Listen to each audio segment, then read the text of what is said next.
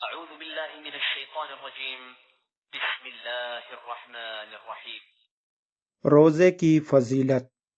صحیح بخاری کی حدیث نمبر 1894۔ حضرت ابو ہریرہ رضی اللہ عنہ سے روایت ہے کہ رسول اللہ صلی اللہ علیہ وسلم نے فرمایا، روزہ ایک ڈال ہے، لہذا روزے دار کو چاہیے کہ وہ نہ تو فحش کلامی کرے اور نہ جاہلوں جیسا کوئی کام کرے۔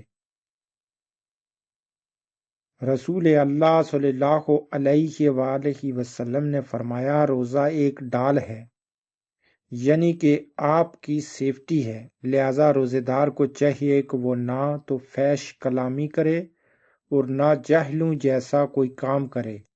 ہاں، اگر کوئی شخص اس سے لڑے یا اسے گالی دے تو اس کو 2 مرتبہ کہہ دے کہ میں روزے سے ہوں، اس ذات کی قسم جس کے ہاتھ میں میری جان ہے۔ روزے دار کے منہ کی بو اللہ کے نزدیک کستوری کی خوشبو سے زیادہ بہتر ہے۔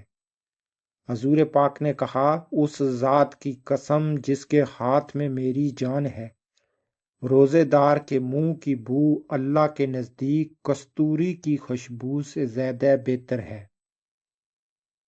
اللہ تعالیٰ کا ارشاد ہے، اللہ تعالیٰ کا ارشاد ہے کہ روزے دار اپنا کھانا پینا پانی خواہشات میرے لیے چھوڑتا ہے، لہذا روزہ میرے ہی لیے ہے اور میں ہی اس کا بدلہ دوں گا، اور ہر نیکی کا ثواب 10 گنا ہے، اور ہر نیکی کا ثواب 10 گنا ہے۔